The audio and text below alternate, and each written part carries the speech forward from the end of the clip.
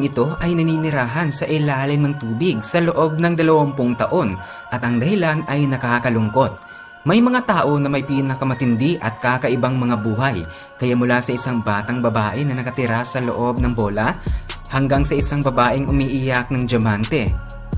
Una ay pag-uusapan natin ang monghe na hindi kumakain sa loob ng 70 taon. Siya si Prahlad Jani mula sa India.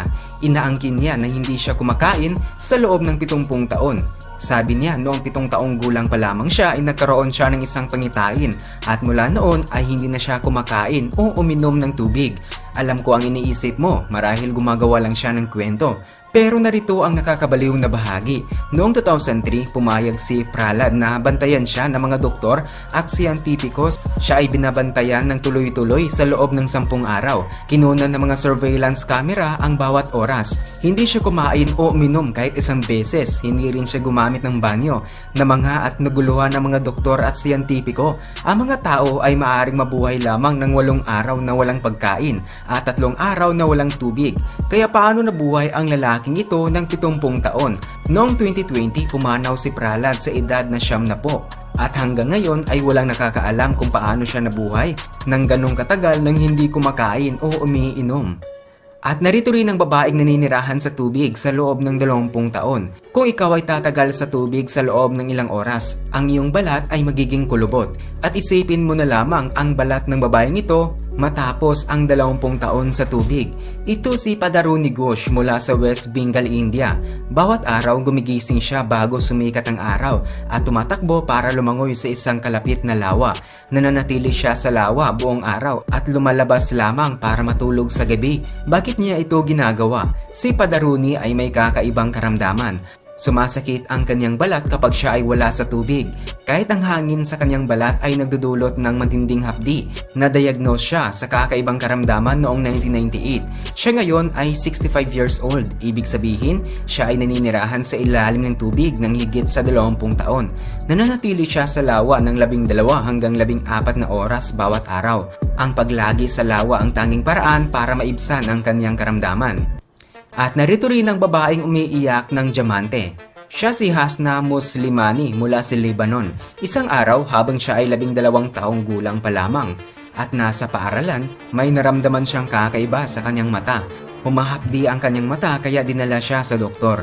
Nagawa ng doktor na alisin ang 3 bagay na katulad ng kristal na transparent mula sa kanyang mata. Siya ay umiiyak ng diamante at hindi rin makapagpaliwanag ang doktor dito. Mula noon, araw-araw umiiyak si Hasna ng 7 hanggang 8 kristal.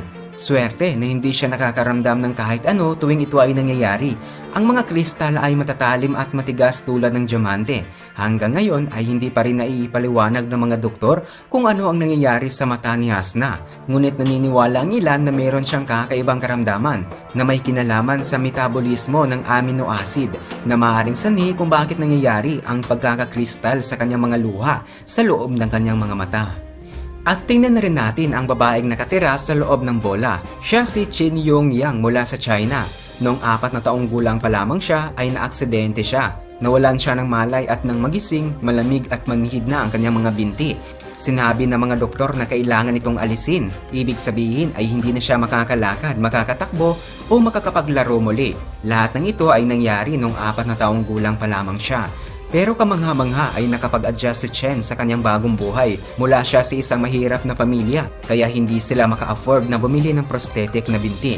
Kaya't naisipan ng lolo ni Chen na gupitin ang isang bola para gamitin sa kanyang paglakad. Dahil dito ay nagawa ni Chen ang mga bagay na hindi niya nagagawa dati.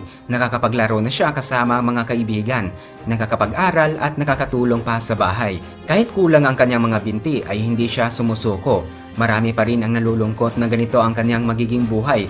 Pero narito ang pinakamagandang bahagi ng kwento. Pagkatapos ng 5 taon ng pamumuhay sa loob ng bola, nakuha ng media ang kanyang kwento. Maraming tao ang nakaramdam ng simpatya at nagsimulang magpadala ng donasyon sa kanyang pamilya. Dahil dito ay nakabili na sila ng prosthetic na binti para kay Chen. Siya ay nakakalakad gamit ang kanyang mga bagong binti at marami na siyang nagagawa dahil dito. Sumali siya sa isang swimming team. Noong una ay nahihirapan siya, pero matapos ang matinding pagsasanay ay naging mahusay na siya. Nanalo siya ng mga silver at gold medals para sa team. Nagsimula rin siya mag-ehersisyo para lalong lumakas. Masasabi natin na ang pinakamalakas na bagay tungkol sa kanya ay ang kanyang fighting spirit. Ngayon ay tingnan naman natin ang pinakamaruming taong nabubuhay. Karamihan sa mga tao ay nakakaramdam ng kati sa katawan matapos hindi maligo ng ilang araw. Pero si Amo Haji mula sa Iran ay hindi naligo sa loob ng 65 years. Noong bata pa si Amo Haji, nakaranas siya ng trauma ng pangyayari dahil sa tubig na nagdulot sa kanya na matakot sa tubig, kaya't nagpasya siya na hindi maligo kailanman. Nakita siya ng mga taga-nayon na siya ay nakatira sa isang butas. Wala siyang ginagawa buong araw kundi matulog at madigarilyo. Pero naawa ang mga taga-nayon sa kanya kaya't gumawa sila ng maliit na konkretong bahay para tirhan niya. Malungkot si Amo Haji na namumuhay mag-isa. Gusto niyang magkaroon ng kasama pero hindi ito nangyari. Palagi niyang pinaniniwalaang magkasakit siya kung maliligo.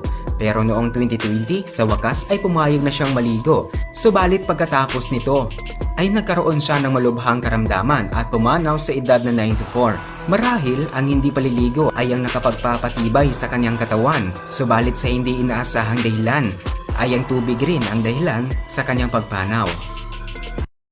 The world's tallest